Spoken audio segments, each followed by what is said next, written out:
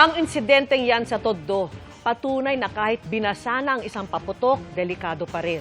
Paano nga ba dapat idispatcha ang nagamit ng paputok o yung sinindihan pero pumalya?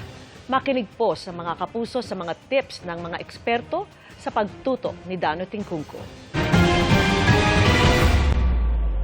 Ang isa sa mga paputok na naging mitya ng pagkasawi ng isang bata at pagkasugat ng isa niyang kaibigan sa Maynila, bawal na piccolo at fireworks na napulot lang nila sa kalsada. Sabi ng barangay, nauna nang sinindihan ng isa sa mga paputok pero hindi sumabog kaya binasa na lang. Binasa. Hanggang sa napulot siguro ng mga bata po.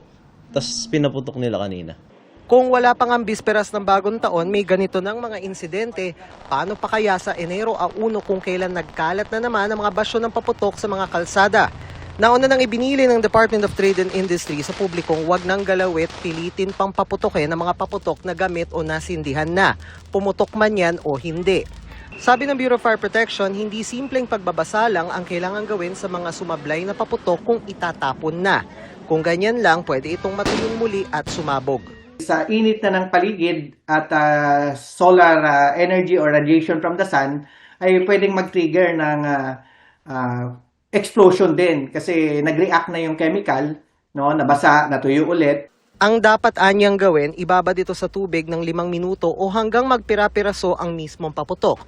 Humalo sa tubig ang laman nito at tuluyang malusaw. Binababad ang mga pulbura or mga content ng explosive na powder sa drum, no, ng minimum of 5 minutes or more. Tapos pag talagang nababad na sa drum, that's the only time na ibuhos sa kalupaan. Ang nalusaw na bahagi ng paputok naman matapos ihalo sa tubig ay mainam na ihalo sa lupa. Ayon pa sa BFP, parang gunpowder ang pulbura ng paputok. Kung nakakalat lang, magliliyab pag sinindihan. Mas magiging delikado ito kung pagsasama-samahin sa kasisindihan. Para sa GMA Integrated News, Dano Tingkungko, nakatutok 24 oras.